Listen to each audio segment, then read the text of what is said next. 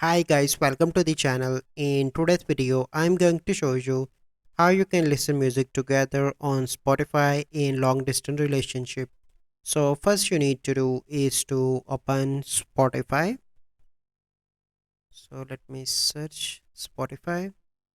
So once you open Spotify, you need to go onto your library and this is my playlist. I'm going to select and then you need to click on three dots and here you can see different options. So here you can see that share option. Click on that option and then you need to copy the link and share with your friend or with anyone that you want to share.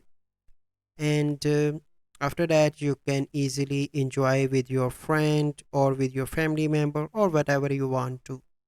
So this is the process. I hope you find this video helpful. If you find this video helpful, must like this video, subscribe to our YouTube channel for future videos. We'll see you in the next video. Thank you. Have a good day.